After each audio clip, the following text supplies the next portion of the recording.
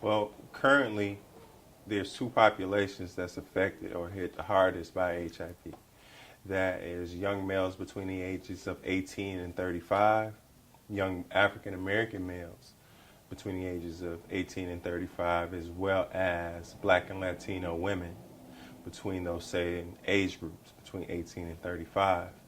I think one of the biggest issues that we're seeing is, you know, the refusal to get tested, number one. And the second thing that we're seeing is, the different, trying to fight against the stigma of HIV. Most people still think it's a death sentence.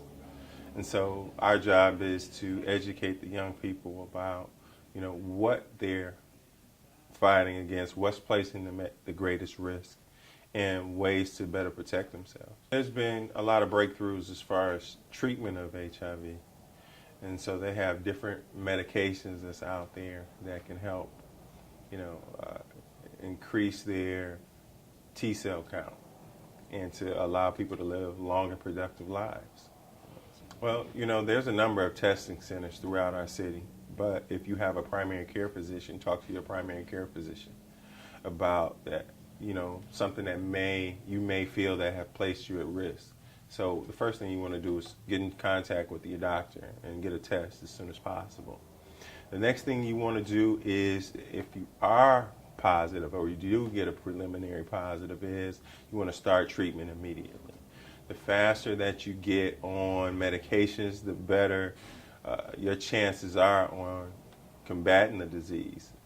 If you hesitate on that, or if you have any type of fear, my advice is to get counseling, people who can help you, because there is help out there and help available. One of our number one partners is Care First here in the city of Detroit. So, well, as far as statistics go, I think about the population of young people that we have here in the city of Detroit. There is about a 26% increase every 4 years in the 12 to 17-year-old population.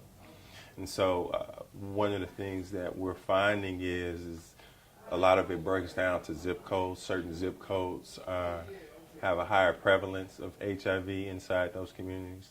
But southeastern Michigan in general has been the hardest hit throughout the state. You have IV drug users, of course, that are pretty high up there. Commercial sex workers have been hit. But what we've been finding is a lot of young individuals who are MSM, or males who have sex with other males, they've been, highly affected with HIV inside the community. And a lot has to do with them losing their families and turning towards the streets, and oftentimes in order to eat or to find a place to stay, they may have relationships with individuals who may be HIV positive. But in the event that they have to turn to commercial sex work, oftentimes the idea of an HIV test or HIV status doesn't come up. And so you'll see that community has been hardest struck when it comes to HIV inside the community. Part of it is the lack of knowledge. And the other portion of it is they're becoming sexually active at a younger and younger age. They're curious about it. And oftentimes the conversation about sex is something that doesn't come up in the household. I can think back to what I was told as a young man, just cover up or wear protection, when there's so many other dynamics that goes along with being sexualized as a young person. Sometimes there's inappropriate touching. There is the internet and all the inappropriate images that they see, through music. They're being sexualized, and a lot of our young people hear this information and they take it and run with it without having all the facts. And so sometimes they become sexually active, sometimes they place themselves at risk. Well, the first thing we need to do is we need to become educated, and we need to educate the people that's in our immediate circle as to what's actually happening. I'm a firm believer in, the grassroots spreading the information. And if we take a grassroots approach to spreading this information, the right or the correct information, then we'll be able to help better prevent young people, as well as anyone else for that matter, coming in contact with HIV. There's different medications out there nowadays, but I think that the community is the key. There's different medications that they can get, but they still think it's a death sentence, or they think, hey, it won't happen to me. And so those people who think that it won't happen to you, all it takes is one time. And to get the right information. If we get the right information, then we can, help ourselves out. Well, the Detroit Recovery Project, every Thursday we offer health screenings. During those times we do Hep C screenings and Hep C vaccinations, as well as HIV testing and counseling. And so you can walk in our door at any day. It's not limited just to Thursdays, but we offer free HIV testing to the community any day of the week. So I think back to the first time where I tested a young person positive for HIV, and it was like a normal night. We had given an event, where we were doing some HIV testing, and it was my last test of the night. I was actually trying to get out the door and go home, and I was stopped, to do a test. And when I stopped to do the test, I went in, and everything was going okay until, I looked down and I saw the positive test result on it. And I had to talk to a young man who was on his way off to college, and give him his positive test result. And so, that kind of changed my life, because it was just thinking about a young man who had so much in front of him. And, to be able to have to tell him that he was HIV positive, that was kind of rough for me. But, I had to keep my poker face on, so to speak, because I didn't want to spook him. And knowing what I know, that I can connect him to treatment, and to find him the help that was necessary, that's somewhat of a role that I was able to switch into at that time. We also work pretty close with the Horizons Project through Children's Hospital, so we were able to get him in touch with a counselor over there, and we were able to get him help. Yeah, there's definitely, life after HIV, but it's mandatory that you take care of yourself. Things that we should be doing anyway. We should be having a healthy diet. We should be having our exercise routine. We should be eating good, clean, and healthy food anyway. We shouldn't have to be in a position where there's a crisis or you get an HIV diagnosis to want to take care of yourself.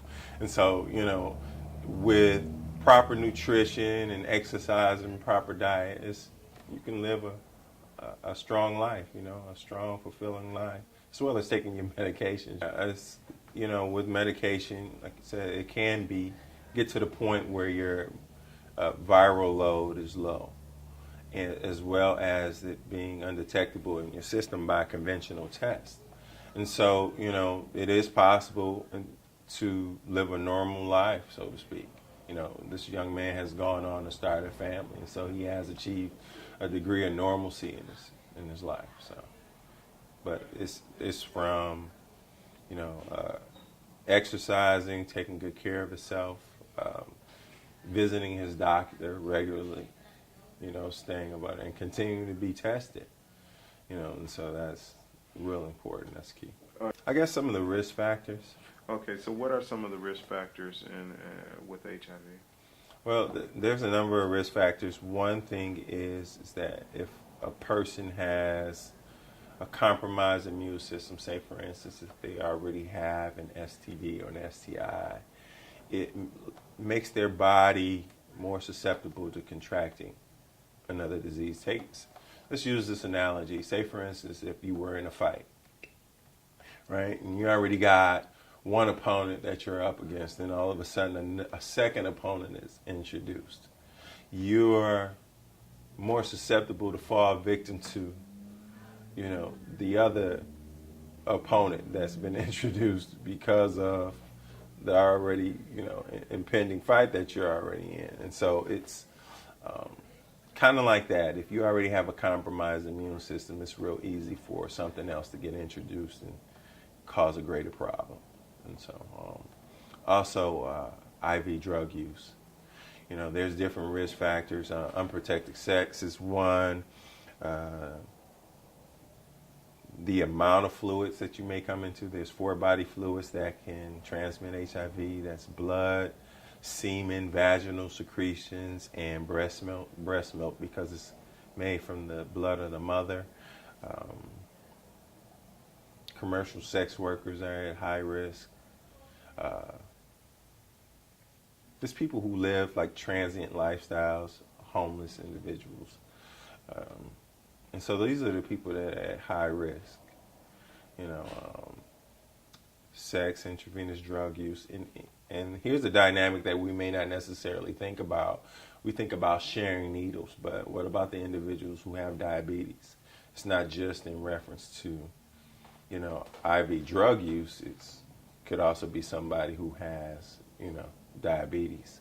I can think about one story that I heard about of an elderly woman who was, you know, who was fighting or dealing with diabetes, and her HIV infected nephew used one of her needles and put it back. He didn't know he was HIV infected, and they were trying to figure out how this elderly woman contracted HIV. And so, and once they tested the nephew, they figured out where it came from. So there's a rule of thumb we use in the HIV community is if it dries, it dies. And so oftentimes if it dries up, the risk is no longer there. But when you're talking about things like a syringe, it could possibly still live inside of a enclosed area like that. So it's best just to throw it away. But if not, and you can't or you don't have access to more needles, you can clean it with bleach, just any household bleach and water. And the contact time is 5 minutes. So as long as you allow it to sit for 5 minutes, it should be okay. Every 9 seconds, a person inside the United States is affected with HIV. And the face of HIV it's not a gay-related disease as we believed in the past, that it can actually happen to anybody. If you have body fluids and if you're a person that's sexually active, you can easily get HIV if you don't protect yourself. The best thing that you can do is you can be educated about it and know what the risk factors are. The better you educate yourself, the better you're able to protect yourself. You got to know what you're up against. Okay. If they need to reach out to us, our location here at McNichols is 1121 East McNichols. We're located between the I-75 Expressway and Oakland. And also, if you go to our website, you can find out more information. That's at www.recoveryfordetroit.com.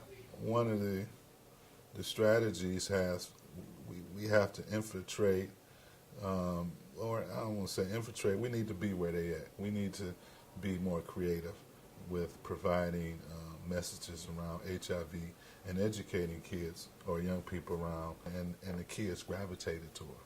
You know, she's on Instagram, she's relevant to inner city kids. And so you have to be creative in terms of bringing people who they relate to, you know. So if you get young artists, celebrities, you know, we talk about it on radio shows, radio stations, TV stations that they watch, like MTV, you know, and MTV used to do a little HIV thing. I ain't really once upon a time. I don't know if they're still doing it, or BET. And then you have to be where they at. I mean, right now we live in a technology age. And so I think Instagram, Snapchat, all social media outlets can be a good avenue to communicate to kids, to educate them about the HIV virus. Because they're not really in tune a lot to their health and how some of the things that they're doing at this early age can have a huge impact on their life. You know, I sit in a drug court room every Monday, and these young kids who've experimented with drugs, all types of drugs, whether it's heroin, coke, crack, cocaine, marijuana, they use it at heavy amounts, and they're very comfortable, and they're okay. And that lets me know that they don't really understand the implications it has on their body long term. You know, these are young people that have developed dependencies. And so when you have the drugs, here comes the sex. We live in a society, we live in a community that television is not what it was 25 years ago when I was watching it. You can just about watch TV and, see sex going down, and nobody talking about, hold on, let me get a condom. Or, have you had your HIV test? If somebody say that to you, a kid think it's funny. Even an adult think it's funny, but it's really real in most cases. And I think the approach to being effective with kids are giving them real messages, giving them visual messages, giving them audio messages, because those are the ways of how they are receiving communication in this era. Yeah, they're not. Young people are not reading books. To read a book, they will refer to you as a L7. That means you're a straight up square. But they'll text message. Text messages can be effective. Because what we want to do is increase the awareness. We want to say, hey, take an HIV test. Know your status. Studies indicate that people who take tests more, it helps to increase their awareness. It helps to reduce HIV in the community. Because now, when you take that test and you're waiting on that response for 20 minutes, that 20 minutes can feel like hours if you know you've been out there throwing down and going down and you don't know who you've been doing it with unprotected. You understand what I'm saying? So it's imperative that, we create this video, we create documentaries that kids can see on TV, and they can see somebody who can say, hey, I've been HIV infected at the age of 15, 16 years old. Data around the number of young black people who contract this virus, data as relates to black people on a national level and local level.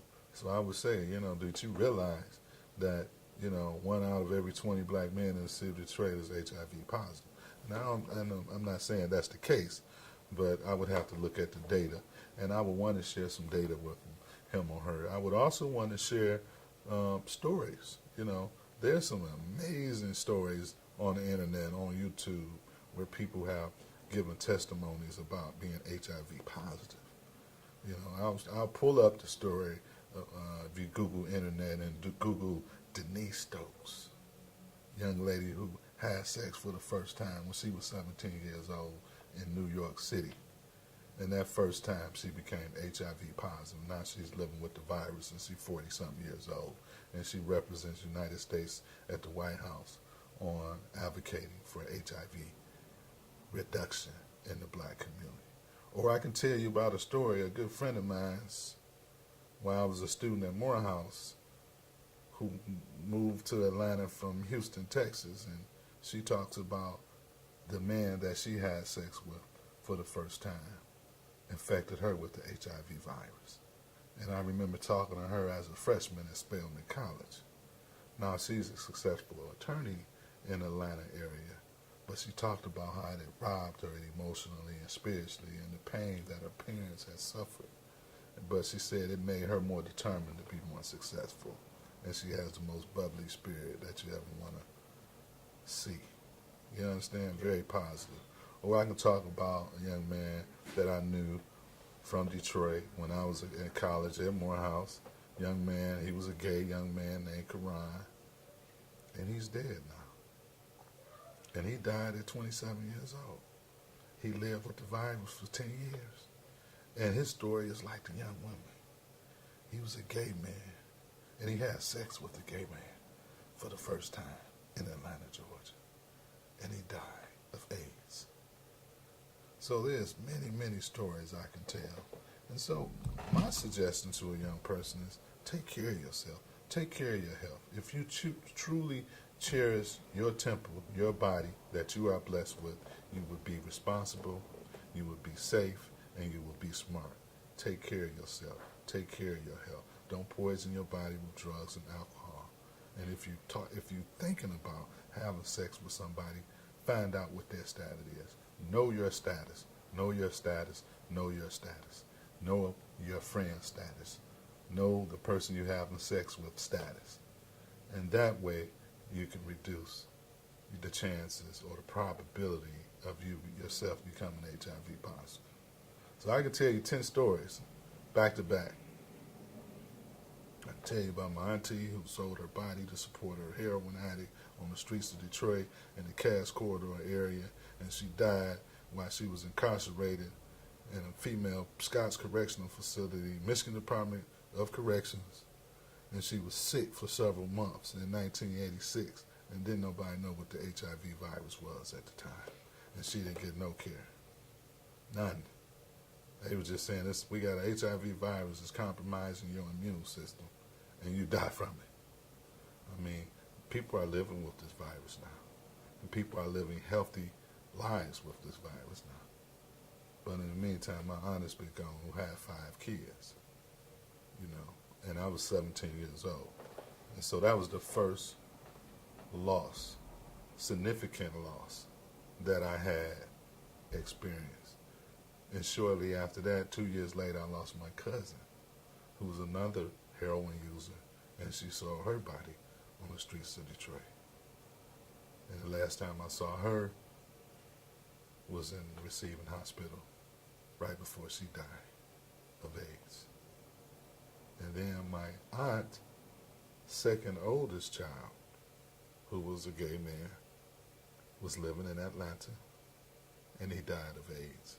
And we didn't know he died until they were mailing him back here in the city of Detroit in a box, in a crate. No one knew he ever had the virus. And back then, people were embarrassed. People were alienated. If you had the virus, you were shunned away. I mean, this was right on the heels of the world's greatest basketball player, Magic Johnson, disclosed he had HIV virus. If you look at the videos of Magic Johnson and how the teammates began to ostracize him and say they didn't want to play next to him because they didn't want to contract the virus. There was a lot of lack of knowledge, lack of education about the virus back then. But more importantly, you can prevent yourself from becoming HIV positive. And more importantly, people are living with the virus. And people need to know that people can live meaningful lives and be healthy. Magic Johnson says they can't even detect the antibody inside of his body anymore.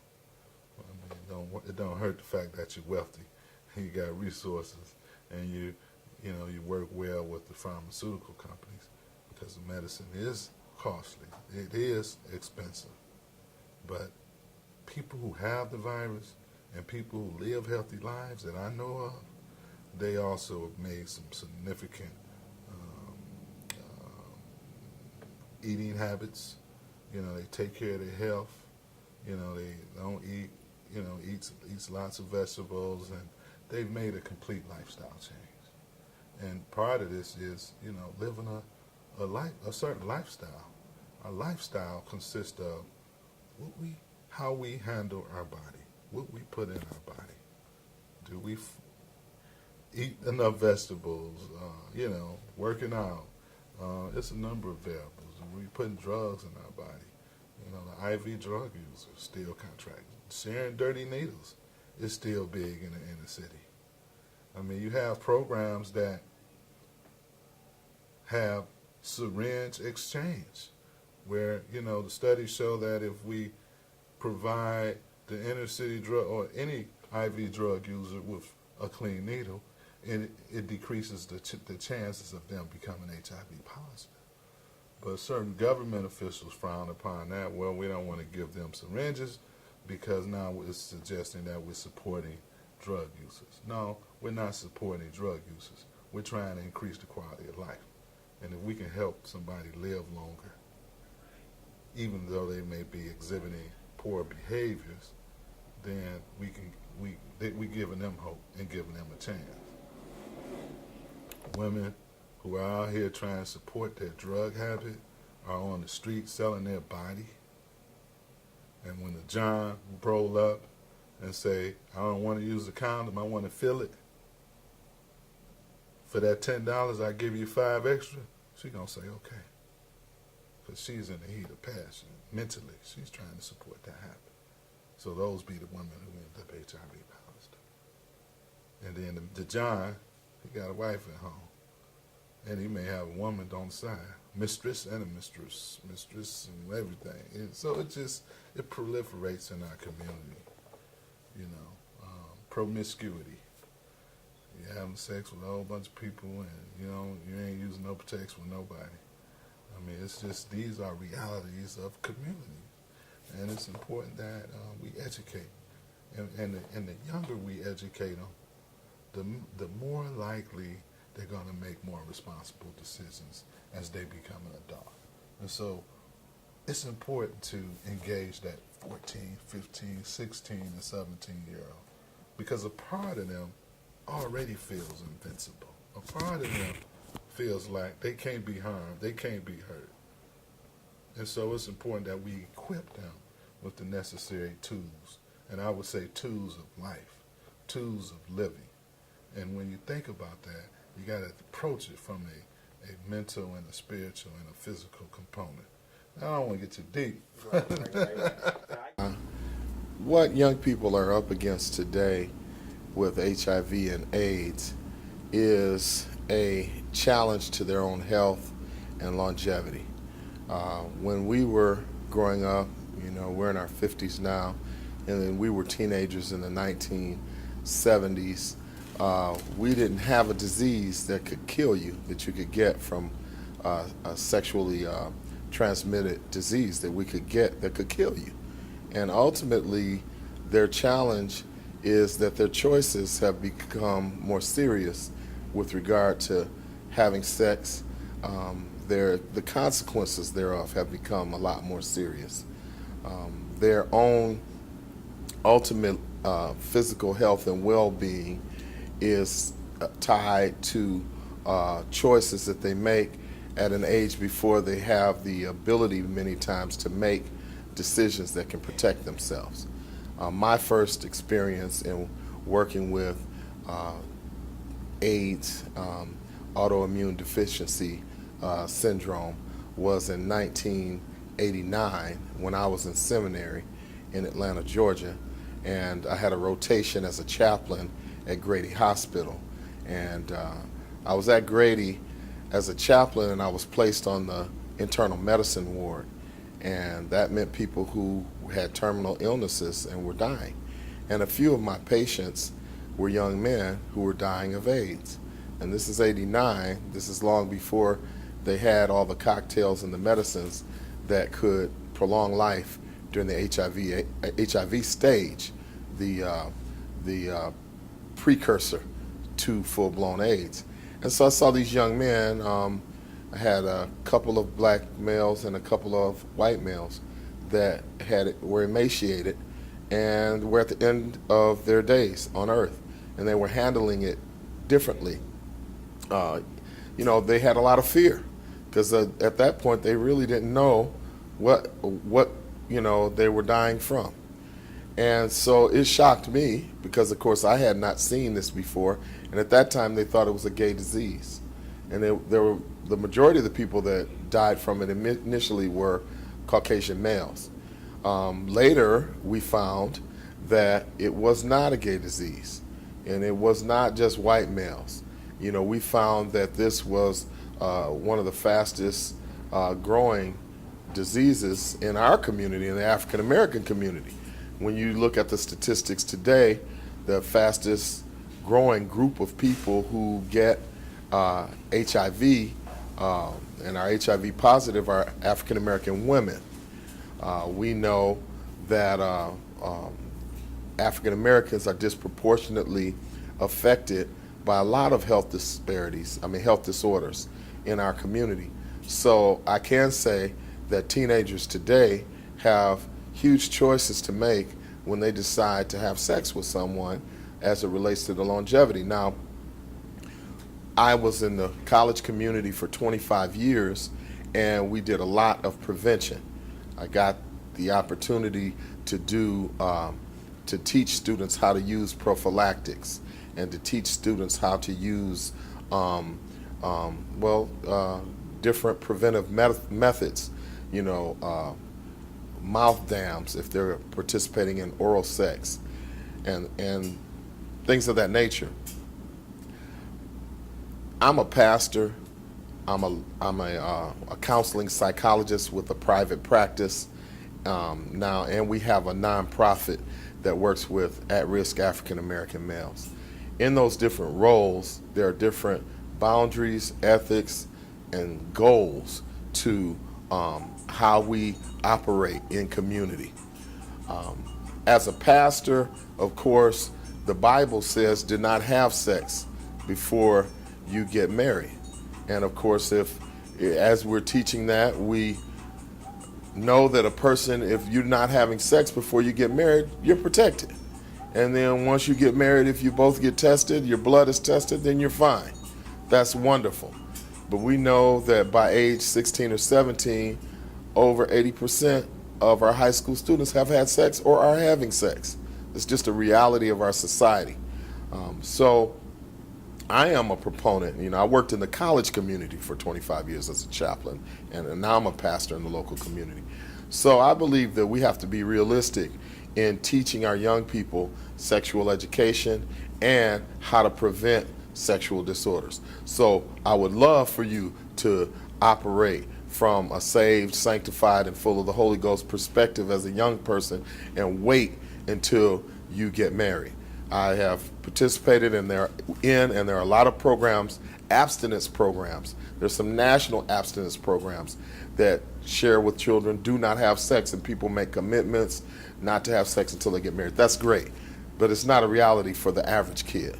So I believe that's beautiful, but we still need to go out and educate kids. We need to give out condoms. We need to prepare them so that they are educated about what these diseases are, what they look like, not just HIV and AIDS, but chlamydia, right now human papillomavirus, herpes, syphilis, gonorrhea. There's a new resurgence of syphilis of gonorrhea in our community. There are new strains, and so they need to know and find out what can happen. And when we did the educational seminars, like I was a freshman dorm director while I was working on my doctorate, and when we did those seminars for the freshmen each year, you would be surprised at the looks on their faces when they actually are educated, see video, hear testimonies of people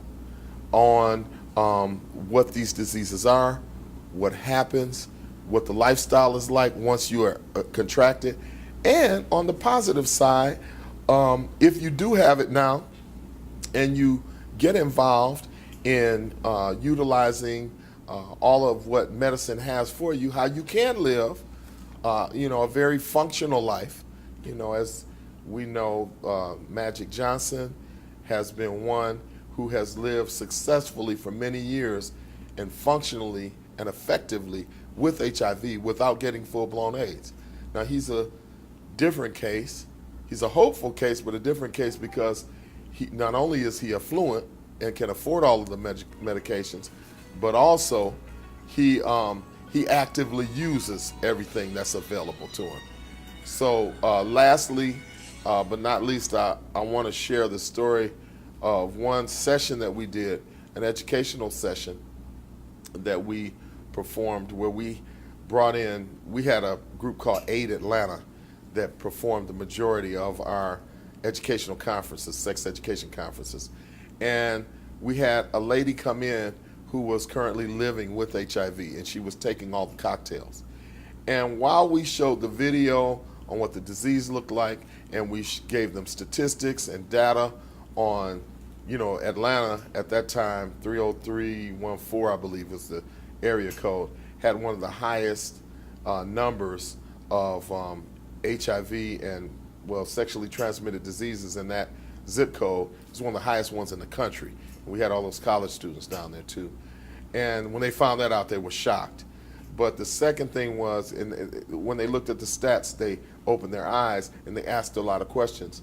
But when we had the ladies stand up and say, I've been sitting here listening to your questions, and I currently have HIV, and this is what my life is like, it got completely quiet in there. So I would suggest that people, you get a person who has experienced this to talk to young people and tell them what it's like. And not just the horrors of it, but to educate those who may have it of the value of getting tested and of being safe out here and utilizing what modern medicine and what we have available to prevent STDs in our community, and so that we can live full and healthy lives. And I think, lastly, truly lastly, the challenge is a lot more serious today because in 1950, I was born in 1960. In 1950, 90% of African American women were married, had husbands. Today, only 28% of African American women in the United States of America are married. So 72% of children are born out of wedlock. And a lot of people don't even, males and females, do not even have the goal of getting married. So when you do not have boundaries on sexual relationships and they start so early, you're going to need to be even more careful and more well educated about not only the diseases that are out there, but how you can protect yourself and how you can have longevity with regard to your sexual health and your full health, because it affects everything. So that's my time, and I want to share that. And I'm Dr. Ural Hill, and I thank you for hearing my take on HIV prevention and sexual health in the 21st century for African American youth. So what would you say to a kid or a young adult that's out there and thinks that, there's no way I can get, HIV or any sexually transmitted? Like you said, kids think they're invincible. It'll never happen to me. They have that mentality. And what I would say to them is, anybody can get it. Like you said, nobody's invincible. And before you say, why me, what you need to ask yourself is, why not me? So a lot of people like, why did I get this? Why did this happen to me? And the question really should be the opposite. Why wouldn't it happen to you? And if you go in with that kind of like reverse mentality, then I think you have a better chance of protecting yourself.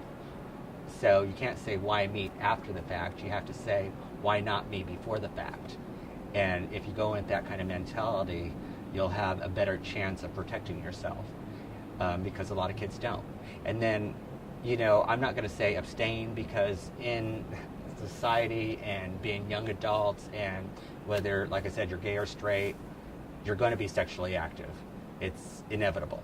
So I never try to give that advice of, try to abstain, because even though that is good advice, and to be in a good, loving relationship is the best way to go, but realistically, a lot of the times, that's not going to happen. So the only thing you can say is be smart, and don't think that just because there are advances in medicine and that people are living longer and healthier lifestyles, that, I don't have to worry about this, because it's better not to have to take, a pill or medication a day, and just get up in the morning and live your life and be healthy and be aware and live a way that is going to benefit not only you, but your partner as well.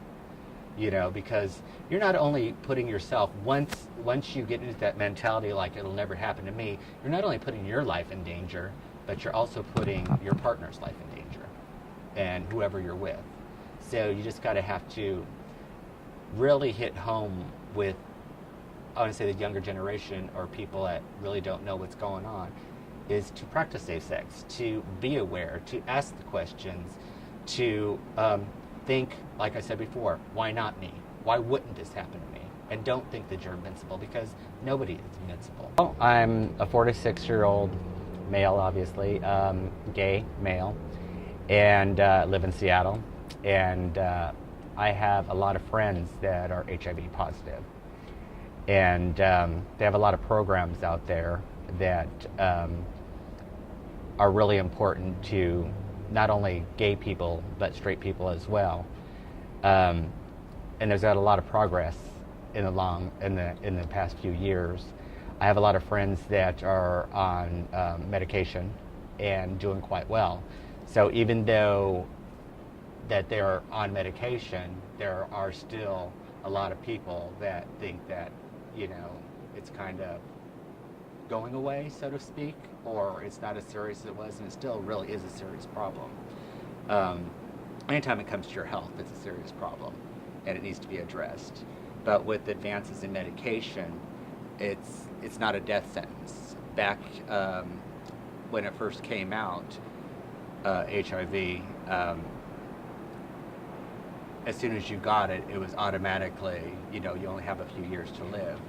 And now you can live a healthy, prosperous life, clear for another 30, 40 years. I have friends that are on a drug called Tripla. I have friends that actually take the cocktail, which is, 3 or 4 medications. And they're doing quite well. But that doesn't mean that because the advances in medication that you should stop practicing safe sex. I actually had a cousin die from AIDS, and my cousin is gay as well, and his partner.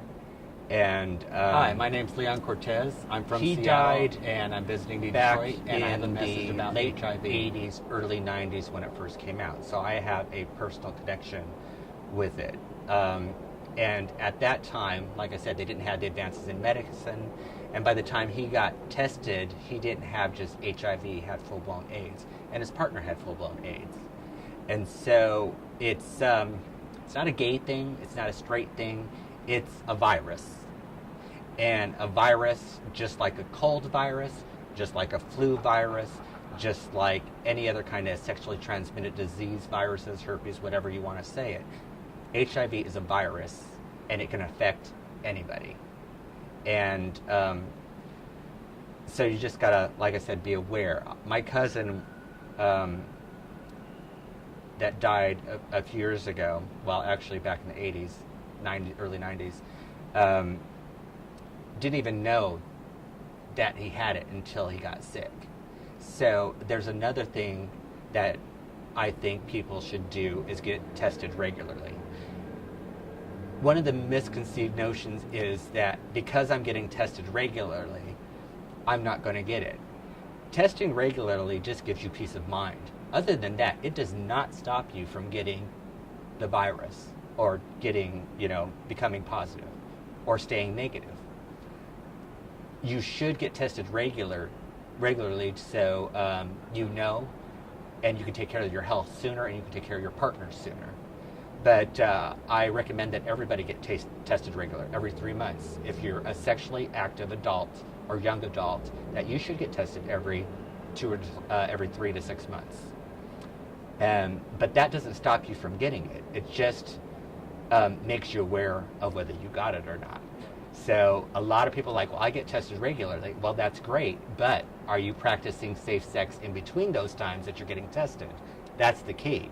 It's like getting tested regularly doesn't stop you from getting the virus. So even though people are like, I get tested all the time, that's great, good. It's, you're aware that whether you got it or not and whether you're going to be, infecting your partner or not. But when people get tested on a regular basis, that's not good enough. You have to do the work in between the testing, which means either abstaining, practicing safe sex, taking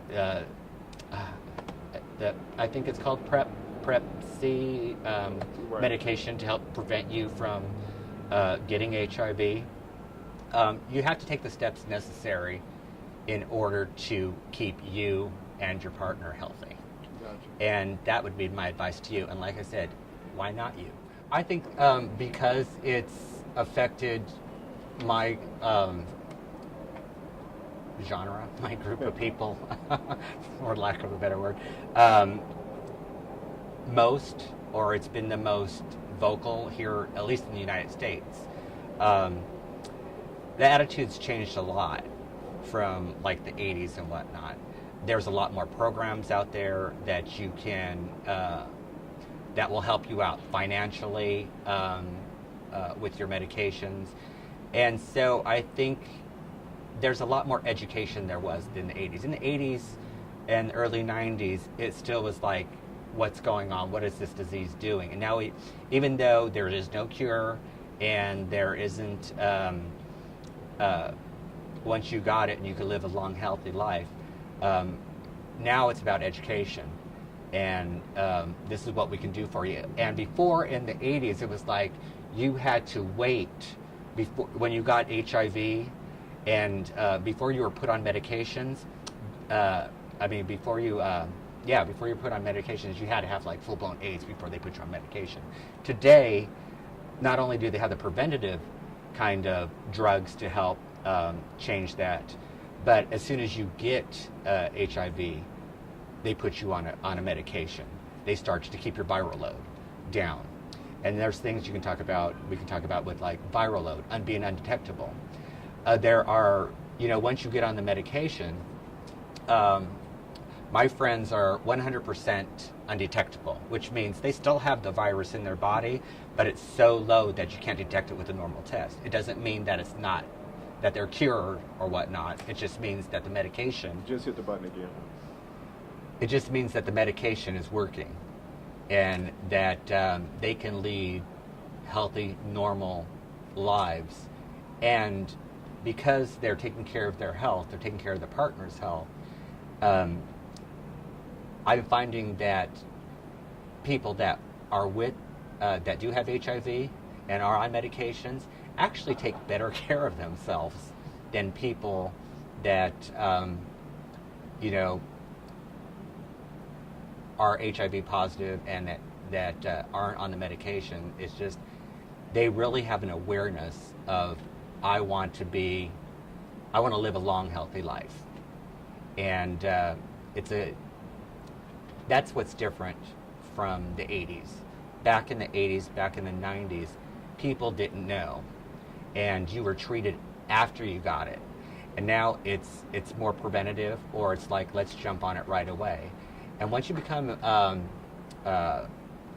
undetectable, or your health is good, then you start living your life that way. And I know my friends, and what I mean that way is a healthier lifestyle.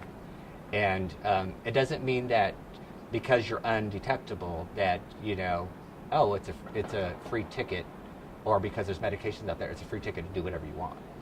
And that's what I would say to the younger generation, or people that don't really know, is there are no free tickets. There are no free rides. There aren't no, I don't have to worry about it because they have this, or I don't have to worry about it because they have that now. You have to worry about it because financially, even though there are programs to help with your medication, if you can't afford your medications, there are programs out there that will assist you in getting your medications and keeping you healthy. With the health changes in healthcare and whatnot,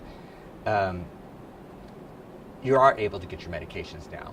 Back in the 80s, back in the 90s, that's what's also different, is you could not afford the medications. They were thousands of dollars. And people that needed the medications back then, they died for one reason, and that was because they couldn't afford their medication. And they found out too late. And with advances today, and the programs they have today, nobody has to die because of this disease. There's also the difference between socioeconomics and your socioeconomic status. And minorities generally have a higher rate of HIV. And I don't know if that's because of there's the programs in their neighborhoods. Obviously, people that live in different neighborhoods and have more access to education, more access to medicine, more access to the things that are going to help them out.